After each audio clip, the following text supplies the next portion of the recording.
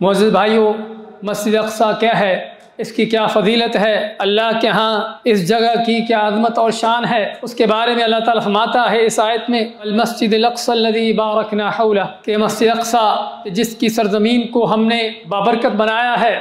हाँ, बाबरकत क्यों ना हो कि इस ज़मीन के तारीख़ में बहुत अज़ीमुश्शान मर्तबे और मुकाम है। सबसे ज़्यादा अल्लाह के अम्बिया और रसूल इस सरज़मीन में आए हैं। हत्ता कि मौरख़ीन का कहना है कि 300 से ज़्यादा नबी और रसूल फ़लस्तीन की सरज़मीन मस्जिद अक़सा की बैतुल मुक़द्दस की सरज़मीन में आए हैं। और मस्जिद अक़सा की फ़जीलत बयान करते हुए आप सल्लल्लाहु अलैहि वसल्लम फरमाते हैं कि ये वो मस्जिद है कि जो मस्जिद हराम के बाद यानी बैतुल्लाह के बाद रूए ज़मीन पर सबसे पहले बनाई गई थी। आपसे पूछा गया कि बैतुल्लाह यानी मस्जिद हराम और मस्जिद अक़सा के दरमियान कितना फ़र्क था। आप मानते कि 40 साल का। और यही वो मस्जिद है जो मुसलमानों का क़िबला अव्वल है।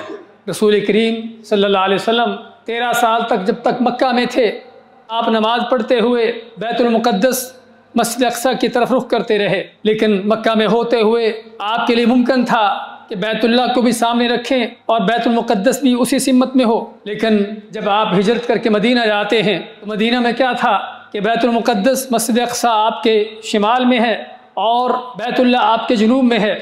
तो यहाँ आपकी तमन्ना थी कि काश के बैतुल्लाह को क़िबला बना दिया जाता। तो चुनाचे रसूल करीम सल्लल्लाहु अलैहि वसल्लम 16-17 माह तक अल्लाह से दुआएं करते रहे, हत्ता कि अल्लाह ताला ने बैतुल्लाह को क़िबला बनाया।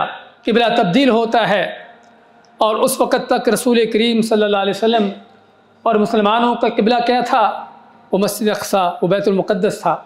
और यही बैतुल मुक़द्दस, ये मस्जिद अक़सा वो जगह है कि जहाँ से रसूल करीम सल्लल्लाहु अलैहि वसल्लम आपका इसरा और मेराज होता है। मस्जिद हराम से मस्जिद अक़सा जाते हैं और मस्जिद अक़सा से आपको आसमानों की तरफ ले जाया जाता है। यही मस्जिद अक़सा है कि जहाँ पर रसूल करीम सल्लल्लाहु अलैहि वसल्लम ने अम्बिया को, रसूलों को जमात करवाई। तमाम अम्बिया और रसूल आपके पीछे जमा किए जाते हैं और आप उनको जमात करवाते हैं। और इसी मस्जिद अक़सा के हवाले से रसूल करीम सल्लल्लाहु अलैहि वसल्लम फरमाते हैं, ला तुशद्दुर रिहालु इल्ला इला सलासति मसाजिद, कि अगर दुनिया में ऐसी जगह हैं कि जहाँ पर इबादत के लिए इंसान को सफ़र करने की इजाज़त है तो 3 जगह हैं।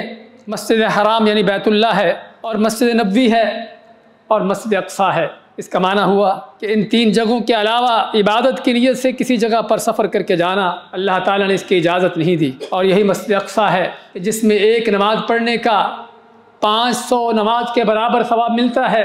और इस सरज़मीन के बारे में आप फरमाते हैं कि यही फ़लस्तीन की सरज़मीन कि जहाँ पर महशर का मैदान होगा। और यहीं पर आप फरमाते हैं कि मुसलमानों का एक गिरोह बाकी रहेगा क़यामत तक कि जो हक़ पर होंगे, अल्लाह के सच्चे दीन पर होंगे और सच्चे दीन के लिए अल्लाह की राह में जिहाद करते रहेंगे।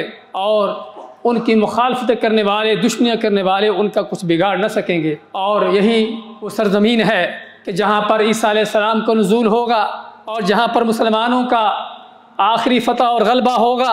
ये यहूदी दुनिया के गुंडे और बदमाश, वो वक़्त बहुत करीब आने वाला है कि जब वहाँ का हर पत्थर और दरख्त बोल बोल के कहेगा कि मुसलमान, मेरे पीछे ये यहूदी है, इसको आके कत्ल कर।